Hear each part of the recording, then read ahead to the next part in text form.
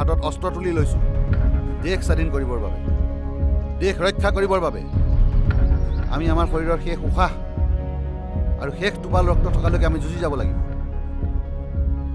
আমি আমাৰ উদ্দেশ্যৰ পৰা কেতিয়াও বিচলিত নহওঁ আৰু হোৱাও নাই। আমাৰ নীতি নিয়ম, আদৰ্শ আৰু সংবিধানৰ নীতি যদি কোনোবাই উলংঘন কৰে তেনেহ'লে আমি তেওঁলোকক শাস্তি বিহিব লাগিব, আৰু সেই শাস্তি মৃত্যুদণ্ড। আপোনালোকৰ যদি কিবা প্ৰশ্ন আছে মোক সুধিব পাৰে। Any question? No sir. আপোনালোকে এতিয়া নিজৰ নিজৰ ডিউটিত যাব পাৰে। অৰ্জুন ছাৰ, মোৰ কেম্পলৈ আহা। Okay sir.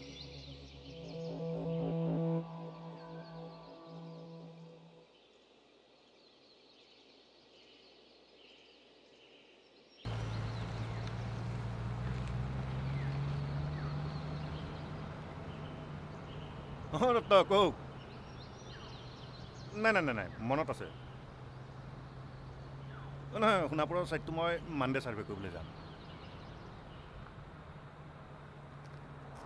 অঁ ঠিক আছে ঠিক আছে, হ'ব মই আপোনাক পিক আপ কৰি ল'ম। অঁ মই এতিয়া ড্ৰাইভ কৰি আছোঁ, মই আপোনাক পিছত ফোন কৰিম।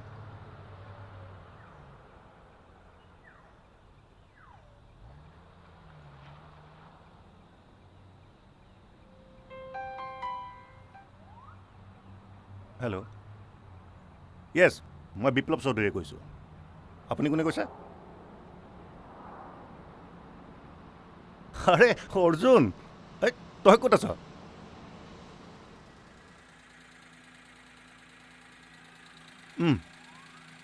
ঠিক আছে, মই ৱেইট কৰিম, তই আহিবি।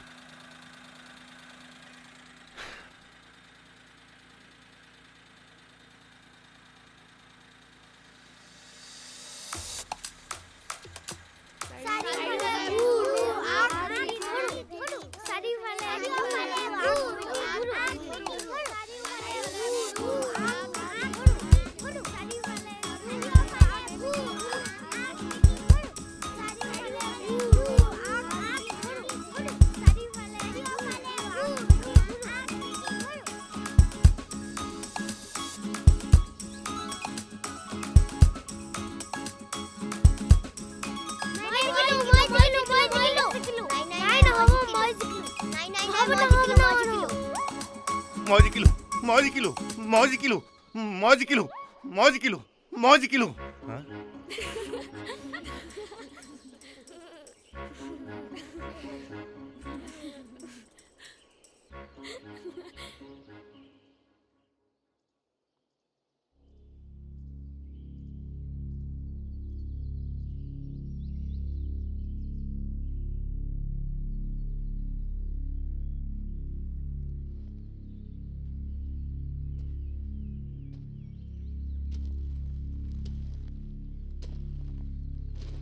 Sir, any problem?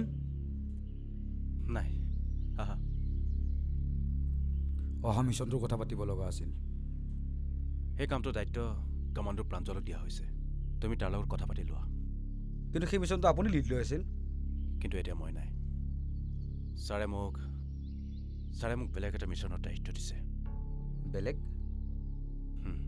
এতিয়া তুমি চোৱা। Okay sir. জনাক। Sir. All the best. Thank you sir.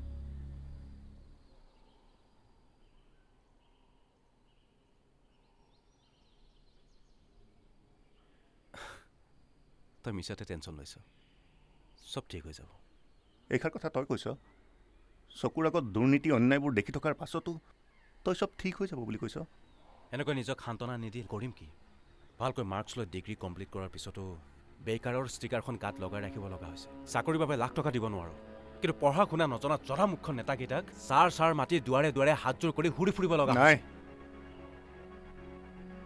এই দুৰ্নীতি অন্যায় এইবোৰ ৰুধিব লাগিব অৰ্জুন এই লেটাৰ চিষ্টেমটো চেঞ্জ কৰিব লাগিব নহ'লে আমাৰ অসমখন আমাৰ অসমীয়া জাতিটো অতি সোনকালে নিশেষ হৈ যাব কিন্তু কৰিবি কি অন্নখন প্ৰতিবাদ এইবোৰ কৰিলে সিহঁতে দেখোন মজাহে লয় কোনো কথাতে গুৰুত্ব নিদিয়ে মিছাতে কেছ দি জেলত ভৰাই থয় আমাৰ প্ৰতিবাদৰ ভাষা নৰম পন্থাৰে নহয় চৰম পন্থাৰে কৰিব লাগিব যিদৰে নেতাজী সুভাষ চন্দ্ৰ বসুৱে কৰিছিলে ঠিক সেইদৰে আমাৰ ঠিকনা হ'ব লাগিব অৰণ্য জীৱনত একো কৰিব নোৱাৰিলেও সমাজৰ লেতেৰাখিনি আঁতৰ কৰিবলৈ শেষ উশাহ থকালৈকে যুঁজিবতো পাৰিম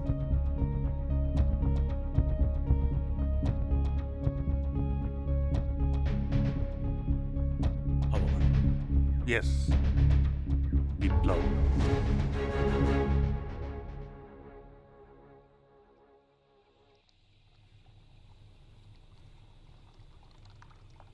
আৰু কিবা দিম নাই মোৰ হৈ গ'ল আপোনাক নাই নালাগে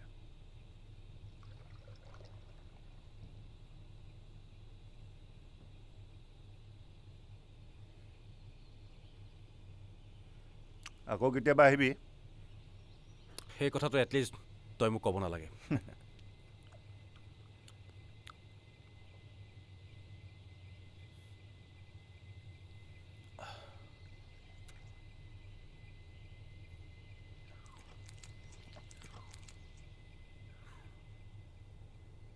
তামোল লগ লগ বিপ্লৱ হা? মই উঠো নমিতা আহিছোঁ অৰ্জুন সাৱধান থাকিবি এতিয়া সোনকালে যা নহ'লে বুকুৱেদি গুলীবাৰ হৈ যাব পাগল তোৰ এতিয়া ফটো আমি নগ'ল নহয় নেক্সট টাইম যদি তই তেনেকুৱা কথা কৰ তেতিয়াহ'লে তোক মই গুলিয়াই দিম পাগল হ'ব বন্ধু আৰু নকওঁ এতিয়া যাওঁ বিপ্লৱ তই মোৰ আগতে বেষ্ট ফ্ৰেণ্ড আছিলি আৰু সদায় বেষ্ট ফ্ৰেণ্ডে হৈ থাকিবি আহিছোঁ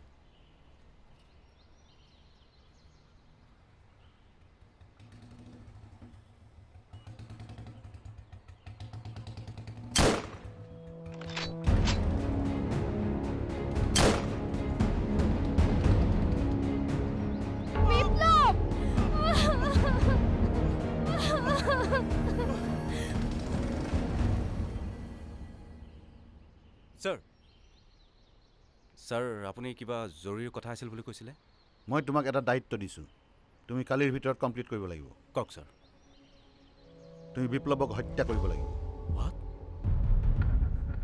কিন্তু ছাৰ আমাৰ সংগঠনত কোনো কিন্তু নাই সি এটা বিশ্বাসঘাতক সি আমাৰ সংগঠনক বদনাম কৰিছে ছাৰ সি আত্মসমৰ্পণ কৰিলেও আমাৰ সংগঠনৰ কোনো ক্ষতি কৰা নাই হয়তো তাৰ কিবা ব্যক্তিগত সমস্যা থাকিব পাৰে এনেকুৱা এটা কঠোৰ সিদ্ধান্ত লোৱাটো উচিত নহ'ব নেকি ছাৰ উচিত কি অনুচিত কি শুদ্ধ কি মোক শিকাব নালাগে কামাণ্ডেণ্ট অৰ্জুন মই চিফ মই সকলো ডিচিশ্যন ভাবি চিন্তি লওঁ মই সংগঠনৰ বদনাম হ'বলৈ দিব নোৱাৰোঁ কিন্তু বিপ্লৱটো আমাৰ সংগঠনৰ কোনো বদনাম কৰা নাই ছাৰ শুনা বন্ধুত্বৰ মৰমতকৈ সংগঠনৰ নীতি আদৰ্শক সন্মান কৰাটো বেছি প্ৰয়োজন এতিয়া বেছি কথা পাতি সময় নষ্ট কৰাৰ প্ৰয়োজন নাই তুমি কালিৰ ভিতৰত কাম ছাকচেছ কৰা কৰিম ছাৰ তাৰ আগতে মই বিপ্লৱক এটা প্ৰশ্ন কৰিব লাগিব আৰু হয়তো এইটোৱেই তাৰ জীৱনৰ লাষ্ট কুৱেশ্যন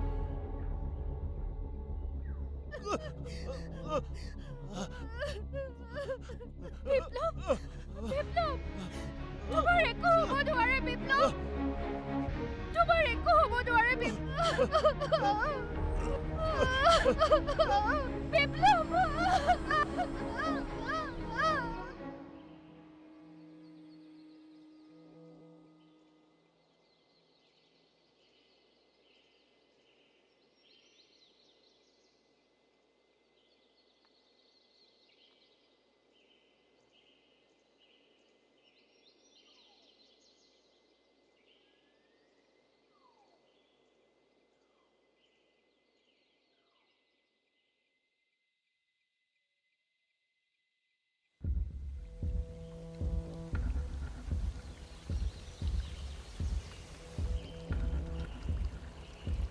কৰ্তব্য, দায়িত্ব, নীতি, আদৰ্শ এইবোৰে আঁতৰ কৰি নিলে বন্ধুত্বৰ বিশ্বাস, মৰম, ভালপোৱাবোৰ।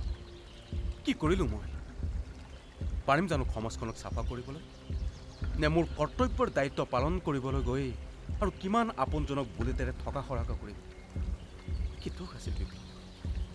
কেৱল উদ্দেশ্যৰ পাৰ্থক্য থকাৰ বাবে ইমান ডাঙৰ শাস্তি? পাৰিম জানো সমাজখনক চেঞ্জ কৰিব? কিমানৰ লগত যুঁজিম আৰু যুঁজি যুঁজি এদিন সকলোবোৰ হেৰুৱাই অকলশৰীয়া হৈ যাম। তেতিয়া নাই নাই, মই নেহেৰুৱাওঁ। মই অকলশৰীয়া নহওঁ, বিপ্লৱো অকলশৰীয়া নহয়। তোৰ আদৰ্শ সমাজত জীয়াই থাকিব।